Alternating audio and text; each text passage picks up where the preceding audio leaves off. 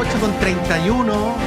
Estamos tomando cafecito, no es por sacarle pica a ustedes que nos están viendo y escuchando, todo lo contrario. Si se pueden ahí hacer un café, ideal. En el caso nuestro, además, con el apoyo de nuestros compañeros Alberto Carreño y Tania González, tenemos cafecito acá. Y listos para empezar nuestro panel de conversación con Montserrat Rolano. ¿Cómo estás, Monse? Buenos días. Muy buenos días. Oye, té también puede ser, ¿ah? Té, puede mate. Puede ser té, puede ser por favor, mate. No impongas algo a la gente. Agua. No, imponer. No, ¿para qué? Don Cristian Pertusé, bienvenido. Muy buenos días, como siempre, feliz de estar acá. Sí, Pamela Pos, bienvenida también. Muchas gracias por la invitación. Bienvenidos. Hace rato que no los teníamos, a Cristian sobre todo, que ha sido abducido, secuestrado por el programa de la tarde, que también es nuestro, pero bueno. Un gusto, Cristian, tenerte de vuelta, Pamela. Bueno, lo hablábamos antes de salir al aire, el tema del momento de la candidatura de Evelyn Matei, que sin duda cabe atraviesa por un momento complejo, ¿no? Lo hablábamos ayer a propósito de tres lapsus comunicacionales. Hay algunos que podrían matizarlo, ¿no? El tema de las cámaras de los estadios, que evidentemente es un autogol, porque dijo lo que dijo, le salieron a desmentir.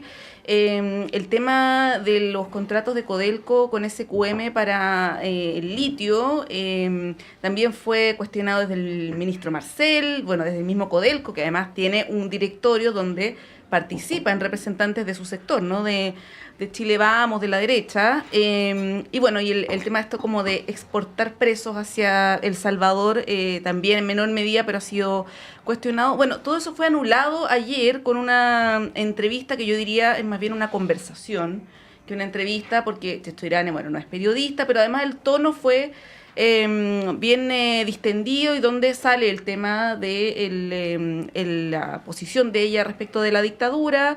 Ella es bien categórica en plantear que esto era algo inevitable, que es más o menos la posición que ha tenido la centro-derecha o la derecha, ¿no? Recordemos que hace un par de años no hubo consenso para este documento que sí firmó el presidente Piñera, pero Chile Vamos no accedió a aquello.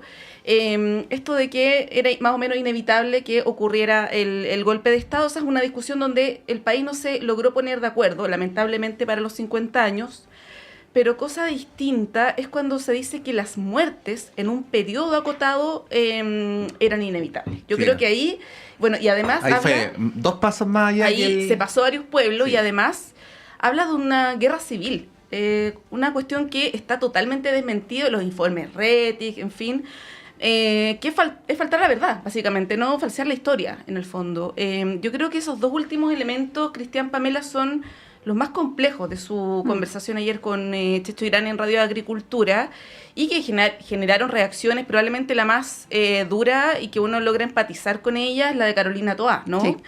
Ahí ¿cómo ven el momento que atraviesa Evelyn Matei? La pregunta que surge es si esto es un error no forzado, o si es una estrategia. A mí la tesis de la estrategia me cuesta creerla, porque según se ha dicho en la prensa, ayer se iba a anunciar una primaria, digamos bastante de cartón, pero una primaria donde van a participar representantes de Chile Vamos. Ya podemos hablar de eso luego, pero ese anuncio se posterga, ¿no? Por lo tanto, evidentemente no había un diseño ahí respecto de lo que ella dice, ¿no? Se asume desde Chile Vamos como una situación compleja, ¿no? Ahí, Pamela, ¿cómo ves el momento de Evelyn Matei? Mira, yo, con todo lo que la previa que nos has colocado, digamos, yo diría que Evelyn Matei está desgastada. O sea, es una candidata que está hace mucho tiempo, digamos, llevando, desde que era alcaldesa, digamos, se sabía que iba a ser la presidencial de la derecha. Y a mí me da la impresión, yo creo que no es estrategia, sino que se sintió tan cómoda que dijo lo que pensaba, sin medir, digamos, las consecuencias de aquello. En el fondo, y además la derecha, y sobre todo la extrema derecha, Está en una lógica de desconocer los autoritarismos, está en una lógica de desconocer la historia. La nueva derecha. Sí, claro, es como... Así que llamarles ahora. Es como un... Pero esto es a nivel mundial también, Sí. o sea, no es solo acá, es un fenómeno. Ahí obviamente irrumpen las redes sociales, los discursos que se instalan, la cosa fácil que queda, y en el fondo Evelyn Matei está jugando ese juego, pero ese juego es muy peligroso porque en el fondo le estás hablando al electorado, probablemente de Kast, de Kaiser, quieres tomar ese electorado también, darle señales a ese electorado, pero ese electorado está en una lógica de desconocer momentos históricos, la ciencia, o sea, estamos en un problema que es la debacle, digamos, de la democracia en torno a cómo seguimos en el fondo en un sistema democrático que se base en cuestiones que son verdades que ya estaban zanjadas, digamos. Y ahí Evelyn Matei yo creo que está entrando en un juego muy complejo porque yo la veía, digamos, hasta hace unos años atrás como una derecha más seria, o sea, ¿qué está pasando en el fondo? Ella misma se ha ido desmarcando de Pinochet también. Además, los últimos años, o sea, yo creo que Piñera había hecho los guiños, las señales de como que la derecha en el fondo lograra tener un consenso de subsanar ciertas partes de la historia, pero en el fondo acá se vuelve a reabrir una herida. Y yo creo que decir que era inevitable tener muertos, digamos, ella le pone un periodo de años. De años. O sea, ¿de qué me estás hablando? Días, ¿no? Años. Pero ni siquiera los días. Porque no hay que...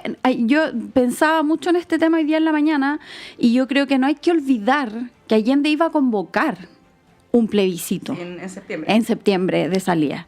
El golpe cae, digamos, porque en el fondo ya el poder se estaba... Es cuando la sombra del poder, pues, es cuando tú quieres poder, en el fondo, y descuajar una realidad. Y eso está gatillado por Estados Unidos y hay verdades que ya están, digamos. Se han desclasificado tantos documentos, la nacionalización del cobre también gatilla esto. O sea, hay muchas cosas que están ahí, están ahí. Entonces, es una mujer que ha ido fue a buenos colegios, o sea, en el fondo como desconocen la historia. Y yo creo que ahí estamos mal, muy mal. Sí, pensaba, a veces me acuerdo de ese poema bien cortito de Mauricio Redolés que, parafraseando el cuento de Monterroso de que el dinosaurio estaba ahí, ¿no? Dice, y cuando despertó en 1973 todavía estaba ahí. Y me llama la atención mientras la escuchaba, como que me evadí un poco pensando en por qué el 11 de septiembre del 73 sigue siendo un tema que genera tantas pasiones o tantos análisis cuando todos o casi todos los que estamos acá no habíamos nacido, ¿no? Algo profundo hay ahí, ¿no? Que va más allá de la coyuntura. Pero dicho lo de la coyuntura, Cristian, uno lo podría leer en términos literales e incluso como de análisis de estrategia electoral fría en relación a la candidata Matei, pero tanto más delicada me parece la declaración luego de los parlamentarios del sector apoyando a Matei. Entonces, en esto la candidata... Hace una semana criticaban a Jara por exactamente lo mismo. Entonces, no está sola, ¿no? No sé cómo formularte la pregunta, probablemente no va a ser la mejor, pero ¿es inevitable ser pinochetista para ser de derecha? O reivindicar... No, yo sé que es una pregunta tonta antemano, pero es para provocar la conversación. No, es inevitable.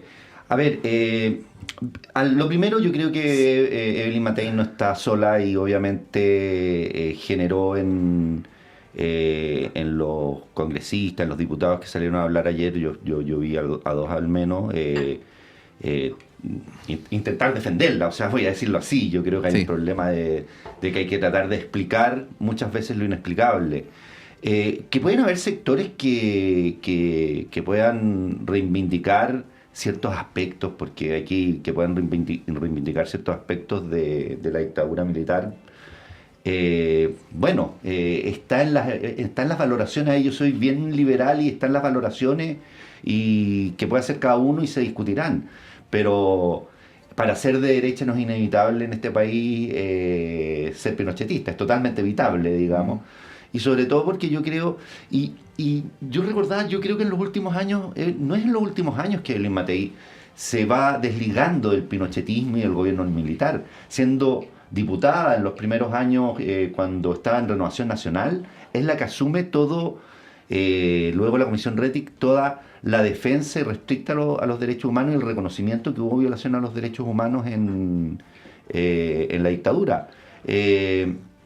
Mira, yo creo en este aspecto, y lo primero es que tenemos que tener un discurso claro en que las violaciones a los derechos humanos, vengan de donde vengan, siempre tienen que ser rechazadas. Y es lo primero. Más allá de los hechos inevitables históricos, yo también pensaba en las horas cuando escuchaba esto, los hechos históricos pueden ser evitables, pero las decisiones que se tomaron en ese momento hicieron que el hecho se produjera, ¿ya?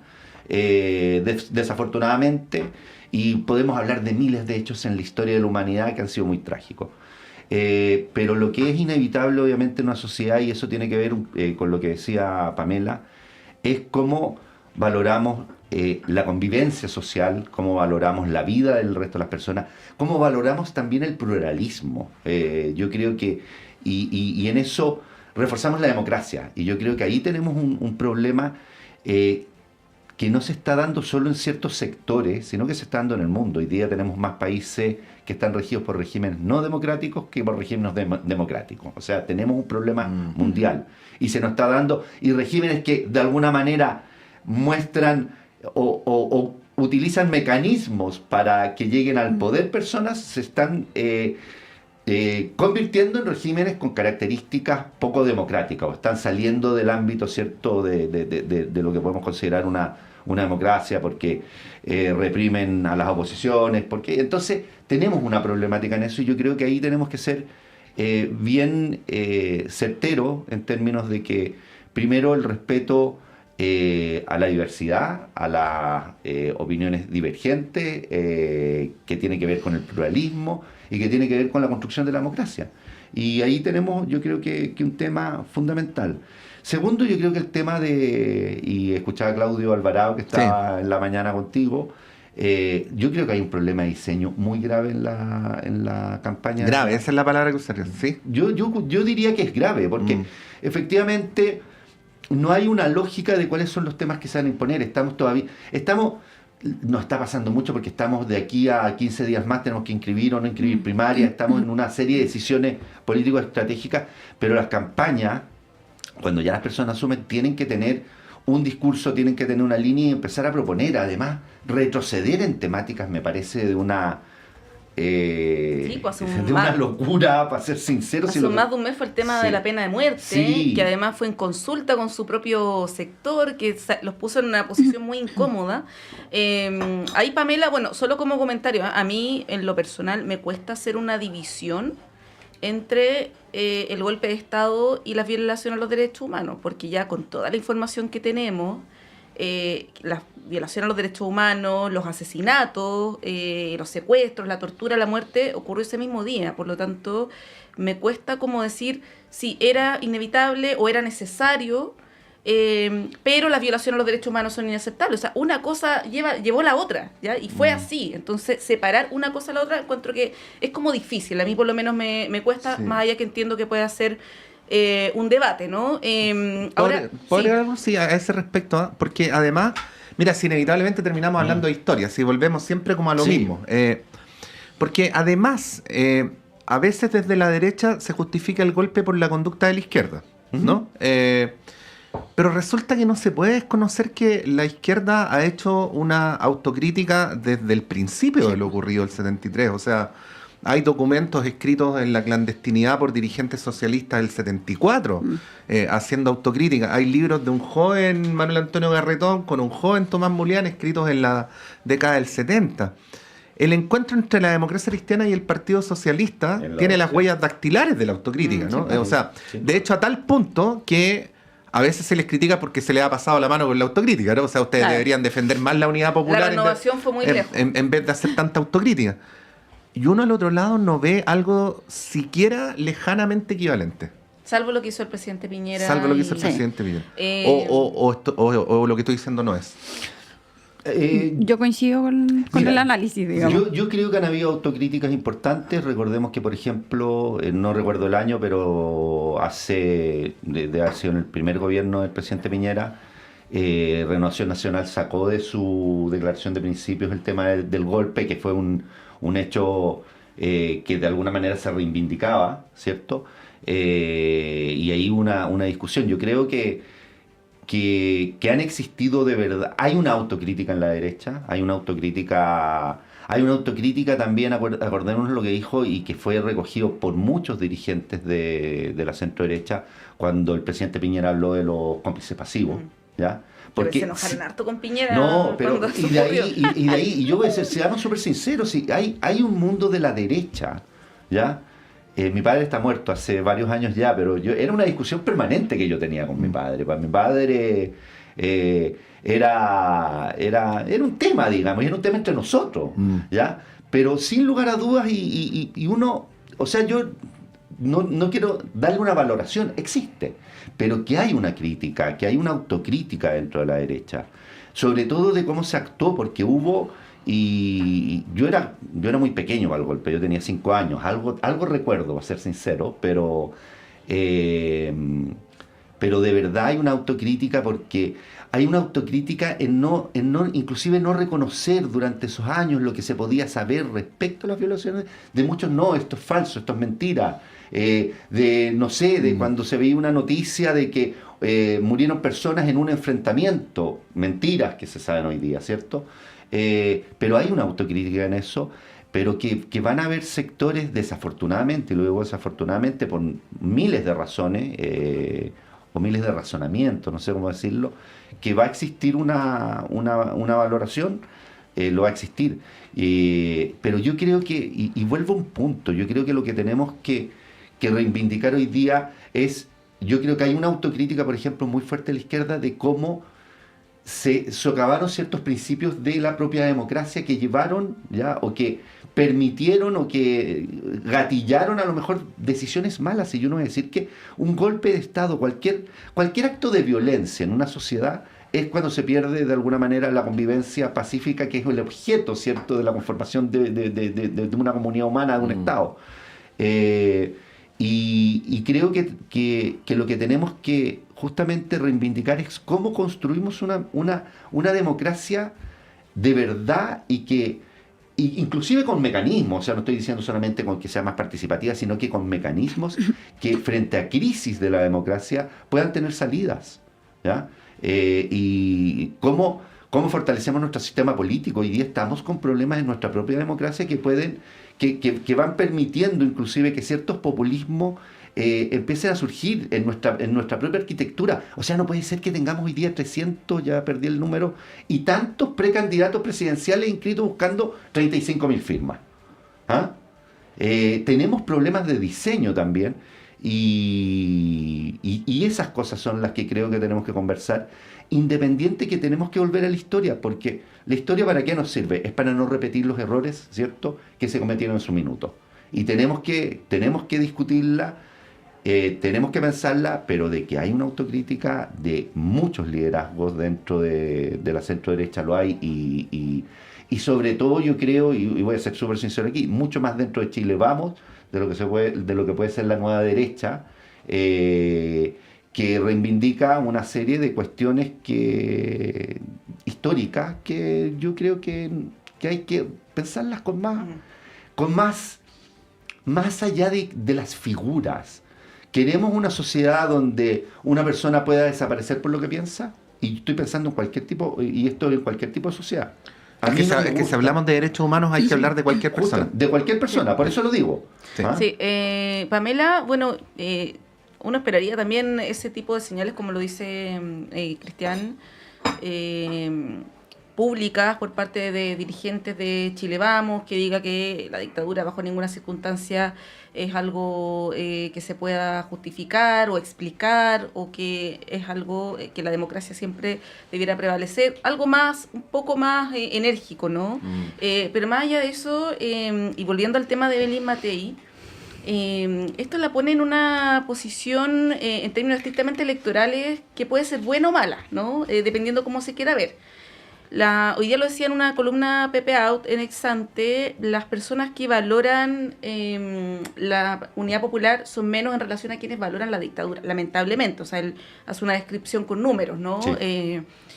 Y esto incluso podría traerle réditos a Evelyn Matei en términos del público al que ella le está disputando evidentemente a Kast y Kaiser, ¿no?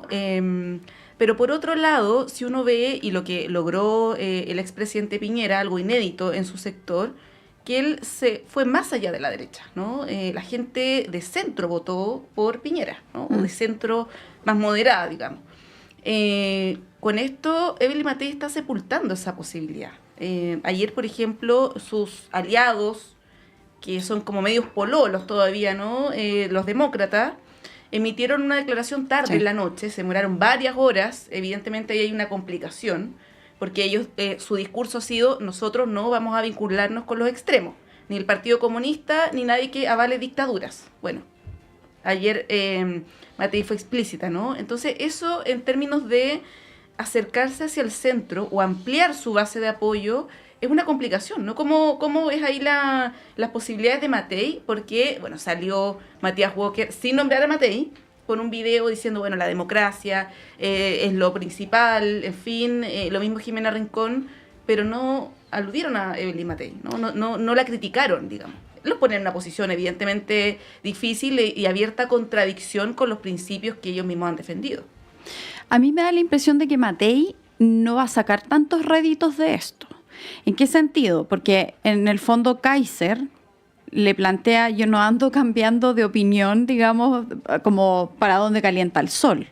Entonces, en el fondo es como que está sacando conejos de un sombrero, que no era el que ella, en el fondo, el nicho al que ella estaba apuntando, y está apuntando, digamos, al electorado supuesto que tiene Kaiser, el Partido Social Cristiano, en el fondo en estas lógicas muy conservadoras, ¿cierto? Es esa la lógica que está usando Matei. Pero yo creo que eso no le va a permitir crecer más, porque ese nicho está ocupado ya por Kaiser y está ocupado ya por Kast. ¿Por qué Matei tendría que apuntar a ese nicho, digamos, si ya esos están ocupados? Ella tendría que crecer desde la derecha hacia el centro. Y eso es lo que se complica, digamos, con la postura que menciona ayer. Por ejemplo, a Evópoli le va a complicar, Evópoli digamos. no ha hecho ni una declaración. Pero en la tercera yo vi hoy día en la mañana así como una cuñita que había. O sea, están complicados con este tipo de declaraciones. Entonces, había una derecha que en el fondo se está como perdiendo, que era una derecha como razonable, que tenía una política de libertad, digamos, de la economía, un montón de cosas, ¿cierto?, que se había posicionado con Piñera, y es esa la que empieza a desaparecer. Y es ahí donde yo creo que ella tenía para crecer, digamos, pero no le está hablando a ese electorado. Entonces, van a haber otros candidatos que le van a hablar al centro probablemente, y ahí van a captar, digamos, esa votación. Yo creo que Matei está absolutamente desgastada. No tiene para crecer más, sobre todo con lo que ocurrió ayer. Entonces está compleja, digamos, el escenario de la derecha, y a mí lo que más me preocupa es que crezca Kaiser. O sea, que le coma, digamos, el electorado, porque ya estamos hablando ahí, ya son palabras mayores, digamos, tener ese candidato, y que es algo... en Chile es bien que uno lo ve en los fenómenos, es como el candidato nuevo, el que irrumpe, digamos, que es novedad, logra, digamos, acaparar una cantidad de votos bien importante. Entonces, la novedad no es Kast ahora, la novedad es Kaiser. Sí, muy cortito, Pato, a propósito de Evópoli, me acordé que para los 50 años... Gloria Hood, quien a la sazón era presidenta de Evópoli, dijo que el golpe de Estado había sido evitable. Totalmente una posición contraria, y acá en la radio también tuvo Nos lo dijo aquí, presencialmente, sí. Bueno, aquí ya entramos en derivas sociológicas para que lo conversemos a la vuelta. ¿Ustedes se acuerdan que hasta cierto punto se decía, hasta cierto punto de la transición, quiero decir, se decía... La derecha no puede llegar al gobierno porque este país es mayoritariamente de centro-izquierda, ¿no? Así es. Por eso la noticia, digo, en sentido figurado, del triunfo de Piñera fue una noticia tan relevante, ¿no? Porque rompió esa idea o esa creencia. Bueno, hay que preguntarse qué pasó ahí. Digo, no para efectos de pensar en el pasado, sino para efectos de lo que está pasando ahora, ¿no? O sea, ¿qué hizo Piñera que le permitió romper esa idea que estaba instalada? Y agrego otro factor ahí para que a lo mejor lo podamos conversar a la vuelta. Probablemente esta idea de centro-izquierda mayoritaria deja de tener tanta vigencia en la medida que las personas cada vez se autodefinen menos políticamente, ¿no? Probablemente hay muchas personas, muchas más que antes, proporcionalmente, que hoy día frente a la pregunta de si usted es de derecha o centro-izquierda no tengan una respuesta.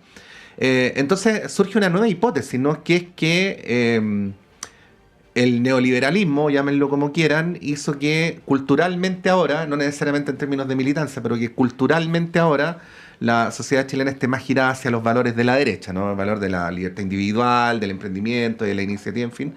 Pero todo esto hay que leerlo para efectos de saber cuál es el camino que te permita llegar a la presidencia de la República aglutinando una mayoría de votos detrás, ¿no?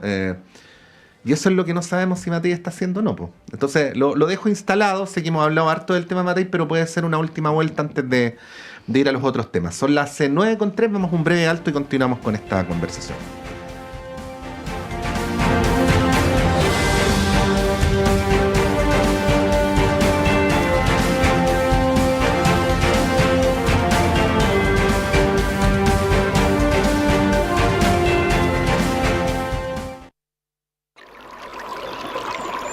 Aguas Trayén o Cascada en Mapudungún es la mejor agua purificada con tecnología de última generación. Para más información, visite su página web www.aguastrayen.com.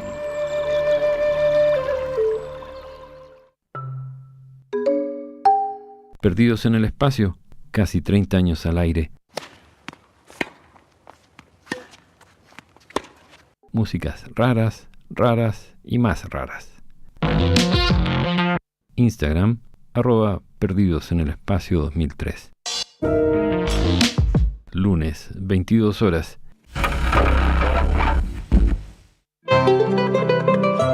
Radio Universidad de Chile los invita a escuchar todos los viernes a las 17 horas Construyendo Comunidad Universitaria, un programa realizado por la Asociación Nacional de Académicos y Académicas de la Universidad de Chile, ACAUCH. Este espacio tiene como objetivo dar a conocer el trabajo de las y los miembros de la comunidad universitaria con acento en lo que hacen, piensan y proponen los académicos con una perspectiva interdisciplinaria. Está dirigido a la comunidad universitaria y a la sociedad en su conjunto. Todos los viernes de 17 a 18 horas, Construyendo Comunidad Universitaria. Conducen dirigentes y dirigentes de ACAUCH en el 102.5 FM y radio.uchile.cl.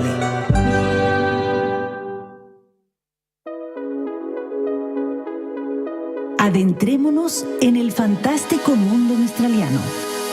Te invitamos a sintonizar este podcast en el que conoceremos distintas facetas de la poeta e intelectual como parte de las conmemoraciones de los 80 años de la entrega del primer Premio Nobel Latinoamericano.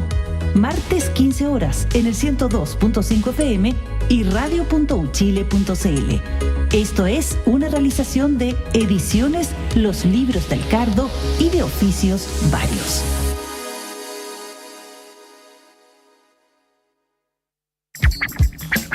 Los temas que importan en educación ya están en el aire. Soy el periodista Claudio Medrano y les quiero hacer una invitación a escuchar el programa Educación en el Aire del Senado Universitario, donde abordamos calidad, investigación, financiamiento, participación y docencia. Estos son los pilares que transforman nuestra educación y queremos que tú seas parte de esta conversación. Todos los martes a las 18 horas en el 102.5 FM y radio.uchile.cl.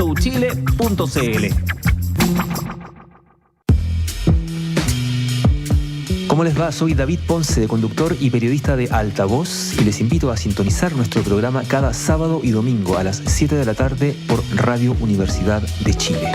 Una hora de noticias y estrenos por Altavoz, con más volumen para la música chilena por el 102.5 FM y por la señal de radio.uchile.cl. Saludos a todos nuestros auditores y auditoras de Radio Universidad de Chile. Les habla Jan Flores Quintana, cientista político, y les invito a escuchar todos los miércoles a las 22:30 horas el programa Memorias de Futuro. No se pierda el programa radial de historia más escuchado de Chile, solo en el 102.5 FM, Radio Universidad de Chile, la radio que piensa.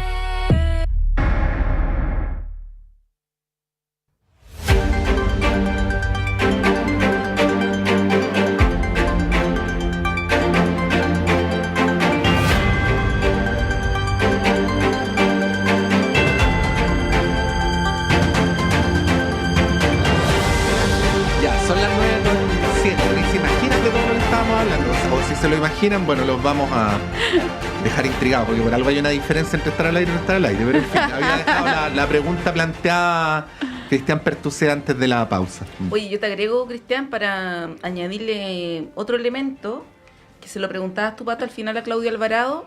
Esta primaria extraña, digámoslo así, para ser bien eufemística, donde se habla de figuras como Luciano Cruzcoque, el senador Chaguán. Yo no sé si alguna vez había pasado que partidos proclaman un candidato y luego militantes de esos mismos partidos van a la primaria cuando no tienen ninguna intención de ser presidente. En el lado del oficialismo uno ve que Gonzalo Vinter le pone entusiasmo, ¿no? Janet Jara, Toá, en fin, quieren ser presidente. Pero es evidente que la primaria en la oposición no va a ser con personas que quieran ser presidentes, van a ser palos blancos, ¿no? Claro, es explícitamente una primaria no para competir, sino para que haya primaria. Claro, es una cuestión que, uno ahí piensa mejor que no haya primaria, ¿no? Es que eso yo lo que planteaba en algún momento, va a ser más explícito. Yo creo que nuestro diseño institucional del sistema político tiene muchas temáticas que tenemos que ir revisando. O sea, la primaria hoy día genera varios incentivos para ir a la primaria, digamos. Te genera un incentivo que es un financiamiento y un despliegue, ¿cierto? Porque no estás en periodo de campaña, o sea, se te abre ya una posibilidad de hacer campaña legal y con financiamiento que quienes no estén en la primaria no lo tienen.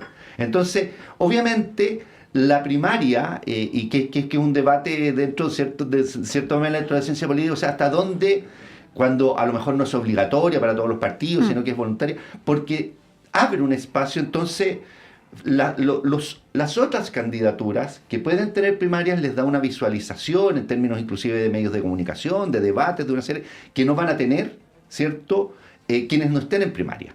Te abre un financiamiento, ¿ya?, que no es menor, ¿ya? Porque también, y seamos sinceros, ya se ha hablado esto un poquitito de las microempresas políticas, porque hay un financiamiento que es importante. O sea, nosotros, en términos de nuestro diseño político, tenemos que empezar a pensarlo. Todo diseño genera incentivos también, ¿cierto? Entonces, tenemos que empezar a pensar nuestro diseño político porque son elementos que inclusive están generando problemáticas como el fraccionamiento, lo estamos viendo como una serie de condiciones. Entonces, y no lo pensamos, o sea, ya seamos sinceros, ya estamos en periodo de campaña y eso no lo pensamos. Yo creo que uno de los grandes desafíos que tenemos para el próximo año en cuanto asuma el nuevo gobierno, que de alguna manera tiene, y pensarlo muy bien, porque ahí tenemos problemas. Ahora, lo que preguntaba Patricio, ¿cómo se va a mover el electorado respecto a esto? Todavía estamos entendiendo, nosotros ahora tenemos voto obligatorio. Sí. El electorado, obviamente, las definiciones que puede tener va a depender de factores desde sus valoraciones de lo histórico hasta cómo mucho electorado se puede mover por el temor. O sea, lo vemos por el temor el temor, no sé, lo pensamos yo un poco lo pienso en términos de lo que fueron las propuestas constitucionales, el temor a los cambios y la instauración de una cosa muy radical, digamos, ¿cierto? Ambas propuestas constitucionales eran más o menos radicales en diferentes sentidos. Entonces las motivaciones y cómo se mueven hoy día es súper complejo. Ahora, yo creo que en términos generales la toma, Pamela decía hay un desgaste. Yo creo que sí hay un desgaste, pero depende mucho cómo se diseña una campaña que se puede ver que va mal aspectada, puede tomar bríos en adelante. O sea, todavía nos queda mucho tiempo de esto y hay que verlo.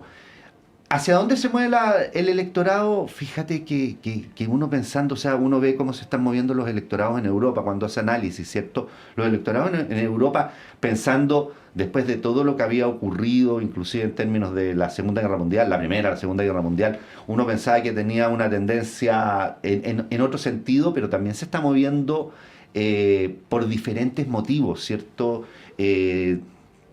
Desarrollo social, migraciones, una serie de cuestiones, se está moviendo muy, podríamos decir de repente de guata, ¿ya?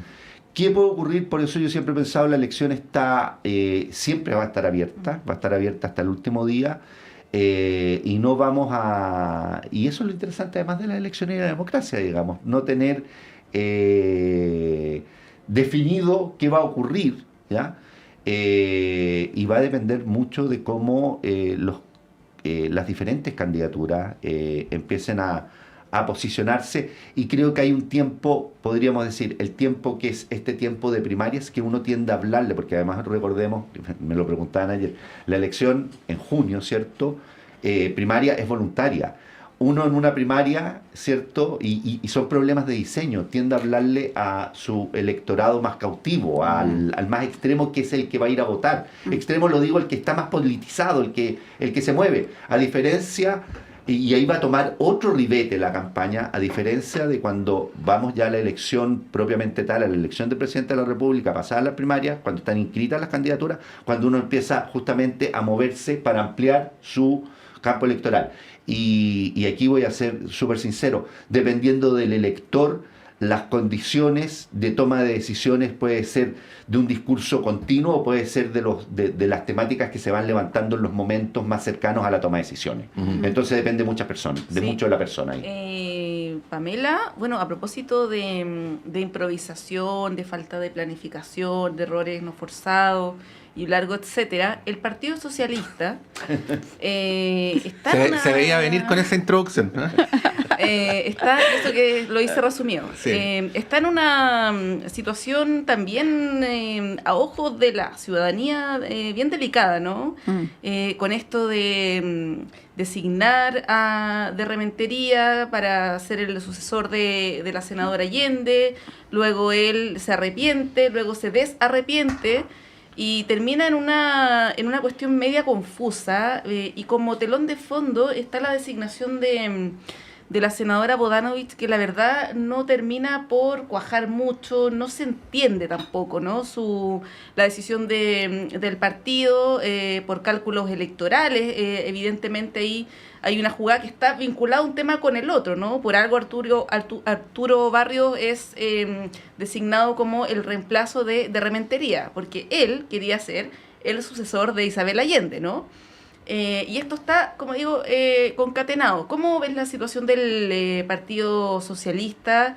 Que, insisto, quizás para los militantes tiene mucho sentido, ¿no?, lo que están haciendo, pero desde afuera resulta medio incomprensible, la verdad. Sí, sorprendió a todo el mundo, digamos, la irrupción de la candidatura. Bueno, yo creo que en el fondo hubo un desorden. Yo lo veo más desde ese espacio. Es como, a ver, los partidos políticos, dentro de todos los partidos políticos, ¿cierto?, tienen, obviamente, se mueven también por el poder. O sea, no seamos, esta cosa no es tampoco así como que uno está en un partido solamente por estar ahí, digamos. Las cúpulas y todo se mueven por poder. Entonces, obviamente, el reemplazo de un senador o senadora, ¿cierto?, es una posición, digamos, de poder. O sea, ser senador es súper complejo, salir electo, digamos. Entonces requiere una campaña muy grande, que seas conocido en la región, o sea, etcétera. Por lo tanto, yo creo que acá hubo un desorden, porque al salir Isabel Allende, de Rementería era el candidato de ella, digamos. Entonces pide... quiero quedar ahí, pero también hay voces que lo creo válido, digamos, en la discusión, de decir, bueno, pero ese va a ser el candidato a senador por la zona o solamente es el reemplazo de Isabel Allende. Y yo creo que ahí se produjo este desorden de la toma de decisión de quién posicionas en ese espacio, porque después ese cupo tiene que ser ocupado supuestamente por un sucesor, ¿cierto?, para ir a la elección. Y ahí, digamos, el partido yo creo que se desordenó, y en el fondo se tuvo que volver a ordenar, digamos, y yo creo que eso, el hecho de que se ordenara de un día para otro, digamos, esto no fue que hubo un par de horas, digamos, esto no fue un desangre, porque han ocurrido a veces situaciones que te desangras un mes y eso es horrible, digamos, porque está todo el mundo en la prensa. Y yo creo que esto también se debe a la época de las comunicaciones en las que estamos, porque yo creo que esto 20 años atrás no nos enterábamos, digamos, pero ahora tú te enteras por la inmediatez. O sea, no falta que en el fondo alguien graba algo o da la cuña o estuvo en la reunión, entonces se filtra todo. O sea, hoy en día no hay nada en una reunión que no se filtre, digamos. Entonces yo creo que se volvieron a ordenar, volvieron, digamos, a colocar a de Rementería, él aceptó, digamos, va Barrios a la Cámara y se va a tener que ver, por lo que yo leí era en agosto, se va a decidir quién va al cupo senatorial finalmente de Isabel Allende. Y yo creo que ya, se zanjó.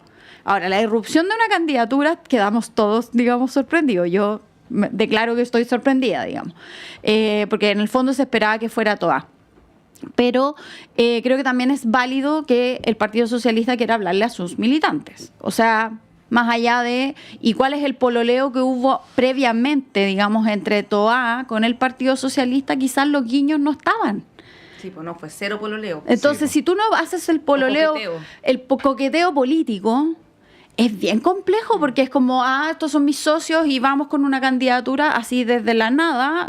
No, perdón, o sea, yo acá, el Partido Socialista ha sido en estos momentos un gran soporte a este gobierno.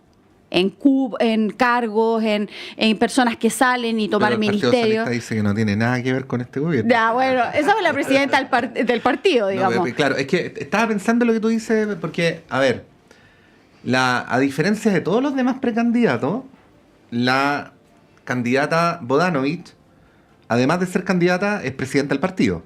Y además de ser presidenta del partido, es senadora. Sí. Entonces, no es una carga menor, no lo digo solamente en términos de volumen de trabajo, preocupado por su calidad de vida, sino en términos de que se van superponiendo las dimensiones, ¿no? Entonces, a la candidata Bodanovich, que es a su vez presidenta del partido, le ocurre esto que, Pamela, tú describiste como un desorden, ¿sí?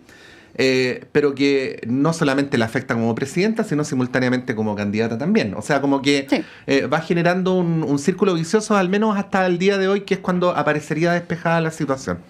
Ahí quería preguntarte, Cristian, cómo lo ves, pero no puedo dejar de hacer un comentario referido a esta situación. En la declaración que hace la senadora Isabel Allende para expresar su molestia por la no nominación de Rementería, ella dice de una manera muy transparente que en la tradición del PS es el parlamentario que deja el cargo quien designa al parlamentario que le sucede. Y lo dice de manera muy transparente y en nombre de la reivindicación de ese, entre comillas, derecho, es que la no nominación de Rementería correspondería a algo inadecuado, ¿no? No puedo dejar de mencionarlo porque se naturalizan cosas que no se corresponden mucho con el estándar democrático. Cristian.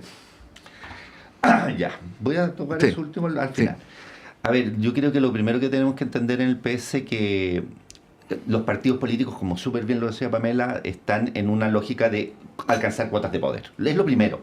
Entonces, aquí, a ver, por un lado está el tema de quien obviamente asumía la posición, el cargo que tenía la senadora Isabel Allende, porque acordémonos que en esa región, en esa circunscripción senatorial, hay elecciones. Sí, pues. Entonces, tiene que ir una persona, le da de alguna manera una plataforma mejor a quien ocupe el cargo. Pero, por otra parte, también en las lógicas de cómo alcanzamos el poder, están las lógicas personales. El diputado Tomás de Rementería es pareja y acaba de ser papá con la diputada Carol Cariola, y la diputada, al parecer, va a ir de candidata a senadora por la región de Valparaíso. Entonces ahí se genera un conflicto familiar. O sea, hay lógicas ahí. Después, claro, si ponen a Arturo Barros en la... Arturo Barrios, sí. Arturo Barrios. Barrios, sí. Perdona. Arturo Barrios en la Diputación, por lo menos también tiene una cierta plataforma, que es uno de los 2 distritos que tiene la región, pero le puede generar para que sea el reemplazante. Ahí hay lógicas también. Hay lógicas de por qué se van haciendo las cosas. Yo creo que era, pongamos de senador a quien va a ocupar el cargo de senador, y hasta donde yo entiendo lo que trascendió, Tomás de Rementería ya habría dicho el diputado que él no iba a ser candidato a senador, por las razones personales y familiares. Entonces, bueno, hay una lógica ahí de lucha compleja. Y el caso de la candidatura de la senadora Bodanovich, como tú bien decías, senadora, presidenta, candidata. No, y además, recordemos que también en el Maule hay elecciones de senador. Entonces, lo lógico era que... Pero también el cupo era de Álvaro Elizalde. Entendamos que aquí en este tema de cómo alcanzamos mejores o mayores posiciones de poder, o alcanzamos posiciones de poder, también están las elecciones al Congreso. Entonces también una candidatura presidencial puede generar una lógica en estos días, digamos, de que ya negociemos y a lo mejor nos vamos bajando. Sí. O sea, hay todavía lógicas internas que no entendemos, hay muchos trascendidos. Antes, como bien decía, antes las decisiones se tomaban, muy bien dicho, entre gallos y medianoche, porque se tomaban habitualmente en las noches. ¿Ya? La cocina. ¿Ya? No, pero entre gallos y medianoche. Sí, de repente en algunos restaurantes que les guardaban espacio, pero... De hecho, había cierto partido que tenía oficialmente eso como su modus operandi, ¿no? Vamos a comer y a la hora del bajativo ahí votamos. Ahí entra la discusión. Sí. Entonces, claro, hay un tema ahí que todavía tenemos que ver. O sea, esto también tiene todavía que no son trascendidos completos o no van a trascender, de negociaciones que se están haciendo, y el 29 o el 30, ya no me recuerdo qué día se inscriben las primarias definitivamente, vamos a saber de verdad el escenario. O sea, eso, hoy día todavía hay un escenario ahí complejo, y tiene que ver también porque aquí, más allá de que estén hablando del conglomerado oficialista, tenemos todavía tenemos dos, podríamos decir, alianzas: el socialismo democrático y el Frente Amplio más el Partido Comunista. Viendo al Frente Amplio, un sector más amplio, a lo mejor del Frente Amplio, tratando de moverse más hacia el socialismo democrático, que le ha dado sostén a este gobierno, ¿cierto? Como al medio, la verdad. Y otro que se trata de mover. Pero todavía tenemos que ver un par de cosas. Respecto al parlamentario, bueno, es nuestro tema de diseño institucional. ¿Cómo lo hacen los partidos? Nosotros definimos que no íbamos a tener elecciones complementarias para ningún cargo. O sea, todos los cargos de elección popular en Chile, exceptuando el cargo de presidente de la República y exceptuando el periodo en que si es que viene alguna cosa grave que el presidente no pueda seguir por enfermedad, por lo que sea. Pero en el único cargo que hay elección, podríamos decir que no es complementaria una nueva elección, es cuando deja el cargo en el primer periodo, después entonces en la primera mitad, digamos. Eso dice nuestra Constitución. Todos los cargos, ¿cómo lo hacen los partidos y las lógicas de los partidos? Hay partidos que hacen una especie de primarias internas, de que pasan por o las comisiones políticas o los congresos. Hay otros donde no, lo pongo yo. Es la lógica que tenemos, y es una lógica con cosas buenas, con cosas malas. Uno en todos estos sistemas puede analizarlo, pero es para que no se pierdan los equilibrios que se dieron en la elección para este periodo legislativo de 4 años. Claro. Es esa la lógica que está detrás. O sea, que los equilibrios que la ciudadanía eligió, y desde ese punto de vista no es no democrático, es democrático porque se mantienen los equilibrios. ¿Cómo lo hacen los partidos? Uno sí puede criticarlo, pero en definitiva ahí está nuestra lógica, y que los equilibrios que se dieron al inicio del periodo legislativo, que es por 4 años u 8, bueno, en el caso de los senadores, y depende cuando lo deje, pero es que se mantengan esos equilibrios que se dieron en el momento de la elección por el sistema presidencialista, que no me gusta. Claro, lo que no es democrático es que la ciudadanía elija a un parlamentario y ese parlamentario cambie de color político durante el ejercicio de su cargo. Sí, claro. ¿No? Eso pareciera atentar contra la soberanía popular, ¿no?, de quienes los eligieron. Nos quedan muy poquitos minutos, Cristian, Pamela, pero queríamos así pedirle en una versión resumida una opinión respecto de la situación del delegado presidencial, porque hay un acuerdo entre varias bancadas, o todas las bancadas de oposición, desde incluso incluyendo la Democracia Cristiana, ¿no?, hasta los republicanos, de acusar constitucionalmente al delegado la próxima semana. Se va a presentar esta acusación. Es probable que prospere, que sea la única, por las correlaciones de fuerzas, que tenga éxito, ¿no? Y esto está el tema de la violencia del fútbol, lo que pasó hace una semana exacta, ¿no? Afuera del Monumental hay una querella del Instituto Nacional de Derechos Humanos. Y está la situación del delegado presidencial. Esto tiene muchas aristas, pero hay un comentario de lo que a ustedes les parezca relevante resaltar. No alcanzamos a hacer un tuit. Sí. O sea, yo creo que hay un sector, ¿cierto?, en el Congreso que está abusando de las acusaciones constitucionales, en el sentido de que se pierde una cantidad de tiempo importante en las acusaciones, cuando la verdad es un tema constitucional realmente, o hay un tema de una no buena gestión del cargo. Una cosa sería pedir el cargo de esa persona. O sea, se pueden hacer otras gestiones antes de inhabilitar a alguien de que participe del sistema democrático. O sea, yo creo que ahí la acusación constitucional está demasiado mal usada. O sea, es cualquier cosa hoy en día. Antes tenía un peso, digamos, serio. Yo creo que hoy en día se ha abusado de esa figura. Si prospera o no, bueno, habrá que evaluarlo. Habrá que evaluar el escrito que se presenta, ¿cierto? De por qué hay un fallo a la Constitución, digamos. Entonces, yo creo que eso no está. Más allá de una mala gestión, un mal trabajo de aquella persona.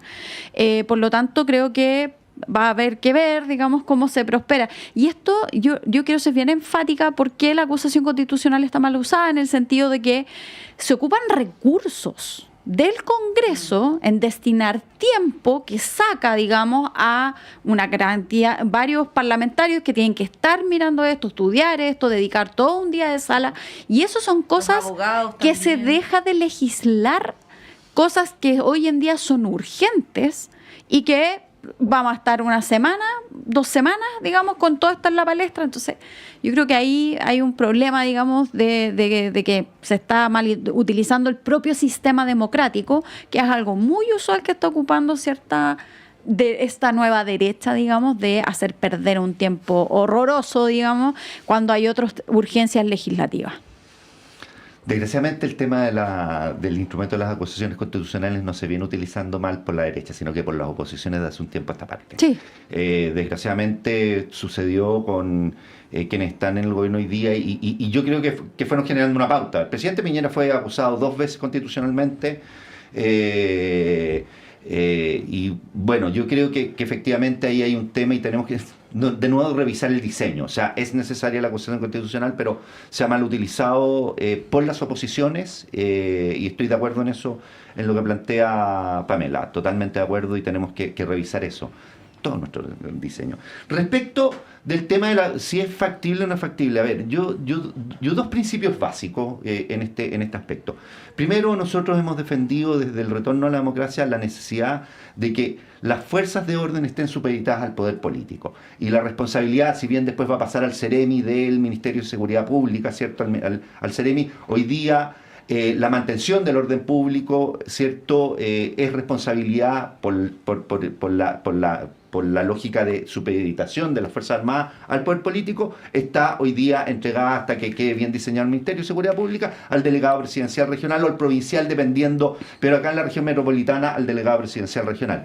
Y desde ahí, no sé el instrumento, si es el mejor, pero sí tenemos que hacernos un cuestionamiento sobre el tema del orden público y la responsabilidad que tienen las autoridades políticas en el concepto de supeditación, porque las Fuerzas Armadas las fuerzas de orden, de orden y seguridad no pueden hacer lo que quieran. Entonces, ¿puede haber responsabilidad? Sí puede haber responsabilidad, hay que verla. El instrumento mal utilizado, pero que pueden, más allá, recordemos que ya se aplicó de alguna manera responsabilidad política a quien está encargado de Estadio Seguro. De Estadio Seguro, ¿cierto? Se me olvidó el nombre de la señora que está. Sí, Pamela Venegas. Sí. Pamela Venegas. Pero quien tiene por nuestro ordenamiento legal, quien tiene las atribuciones del orden público a nivel del Ejecutivo, es el delegado presidencial regional. Y creo que lo que pasó y lo que está pasando en términos, y lo voy a decir, acá también nos está fallando la inteligencia, o sea, los llamados a estas avalanchas, esto se produce por una avalancha, por una, no sé, bueno, no quiero adjetivar, pero por algo que no debería ocurrir y que nuestra inteligencia y nuestro sistema de seguridad y de orden público debería prever. ¿Ya? Y la ahí querella del INDH la considera razonable porque es por apremio ilegítimo. Yo creo que debería haber sido contra quienes resultan responsables, por si hay otras responsabilidades. O sea, aquí está al parecer, yo no he visto informe, efectivamente hubo no quiero hacer un juicio, un mal uso, una mala maniobra o lo que fuese, una mala decisión o lo que fuese del vehículo carabinero, y de quienes lo conducían, hay que investigarlo, para eso está el Ministerio Público. Yo creo que también hay que ver las responsabilidades de cómo fue toda la planificación del tema el tema, porque sabemos lo que está pasando en los estadios. Yo, de verdad, a mí me gusta ir harto al estadio con mi hijo chico, pero uno dice, no, pues a este no voy a ir. Sí, po. Bueno, tenemos que cortar. No, pero porque a la vuelta viene Claudio Medrano con más conversaciones en Radio Análisis. Don Cristian Pertucé, ha sido un agrado. También, un placer estar con Lo ustedes. mismo Pamela Po. Muchas gracias. Con Montserrat vamos a un breve alto y como decía, les dejamos con Claudio.